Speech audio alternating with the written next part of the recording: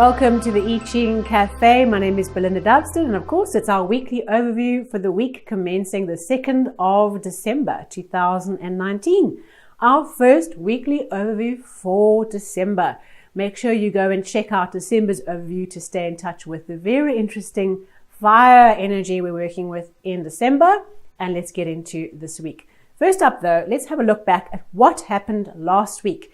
The I Ching asked us to pay attention to a process that was ending, the completion of a massive cycle of change, and the wonderful changing line that says, victory, victory, victory. Celebrate the wonderful victory that has come into your life in this week. You have put the work in and you have finished the cycle. So I do hope that you've had some wonderful victories. I do know of lots of examples of people who've been in touch with me, as always, sending me little messages through Facebook, Messenger, or wherever the platforms are, Instagram. And so keep those messages coming. Post them as a comment to whatever your preferred platform is so that others can share in learning how you've worked with this energy of victory and completion over this last week. Right, so let's have a look at the week ahead. What are we supposed to pay attention to? Now, I wanted just to share with you this. Why is something like the I Ching important for us to work with? How does it help us actually? When you feel like you are out of control of the flow of change, so life is happening to you, it's very easy to feel like a victim, to feel powerless, to feel like you're just bobbing along on the sea of currents of other people's processes, and it can feel very frustrating. We can get angry and we can get resentful. When we understand that we are part of a quantum soup, a matrix that is interacting, and there's this biofeedback mechanism all the time, that we are in a flow of synchronicity, that we can co-create and align with the change flows happening around us, it fundamentally changes our positioning and our emotion related to change, because change is going to happen whether we're in tune with it or not. And by working with these flows of change, what it helps us to do is understand how we are co-creating that change and what we can do to maximize the flow of change and not feel like such a victim or powerless in our life situation. So that's really, if you just say, why is this useful? Why do we watch the weekly overviews, the monthly overviews, the daily stories? Why is that useful? To put us back in a position of co-creation of the flow of change. Right, so without further ado, let's look at the week ahead. We have Hexagram 9 called Small Accumulates, and this hexagram we had before, and it's about herding all the different animals and things that need attention and care from us. So this is like asking us to pay attention this week to being the farmer and recognizing that being a farmer, you have lots of things that you have to pay attention to, lots of small things. Every sheep, every cow, every plant is important, and our task this week is to herd and care for this herd and recognize there's a whole lot of things that are going on and we have to attend to each one. And by being the farmer and nurturing the herd and looking after the farm, we accumulate the great because we're accumulating the value and the well-being of the small. And this week there are two changing lines in the 2nd position and in the 6th position. And the first changing line says, in this case, we are like the animal ourselves, where we have a leash around our neck. And change comes along to pull us back into where we're supposed to be with a yank. So you might find as we start this week, events transpire to literally get you back into position immediately. So there's something around it. Wherever you feel like you've gone off your path and you've gone a little stray and you've kind of got a little bit lost and you feel a bit confused, don't worry. The week is going to help you by yanking you back.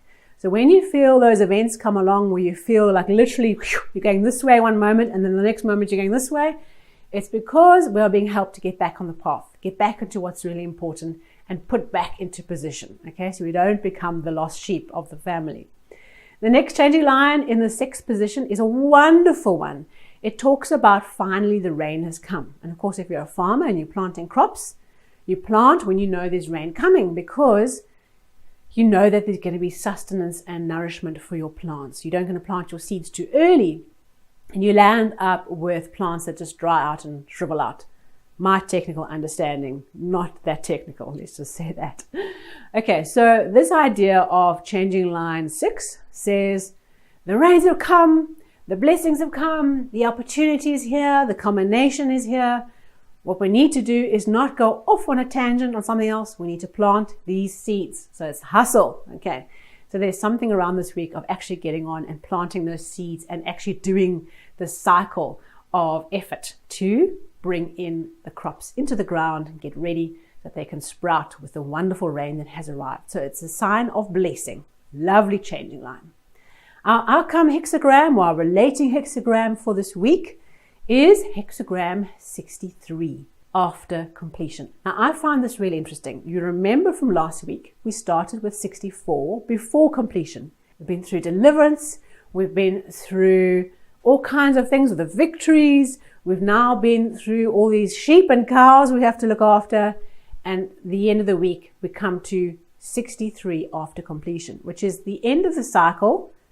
It's now done. We've made the crossing across the big river. We have ended the journey. So it is the end of the cycle. And what happens when perfect chaos has transformed into perfect order? In other words, things are complete.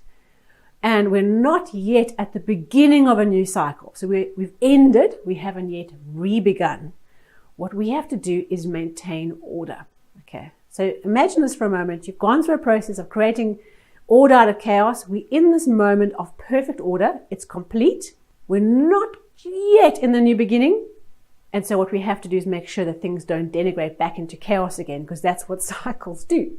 So this week, we are being asked to look after the sheep, to wait for the rain, to know we're going to be yanked back onto the path when the time is right. When you see the rain, start planting like crazy. Plant the seeds, be a good farmer, and recognize the cycle's complete.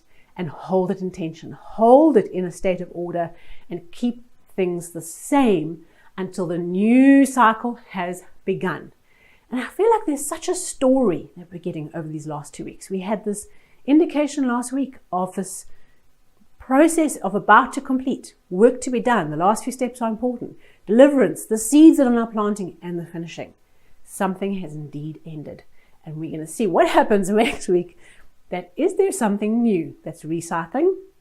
And of course, as we prepare for the new year and the end of this decade, just be aware this process of endings, this process of completions, it is done. And let's begin and create space for the new. Sure, interesting week. Please share your thoughts and comments below. And remember, if you don't have time to watch the videos, we have the podcast version, and vice versa. If you're a podcast listener, there's a YouTube visual version. And of course, see you for our daily Instagram, Twitter, and Facebook stories. I look forward to catching you online soon, and we'll definitely see you in the next episode. Thank you so much for being here with me and being with our fellow I Ching community, and we'll see you soon. Thank you.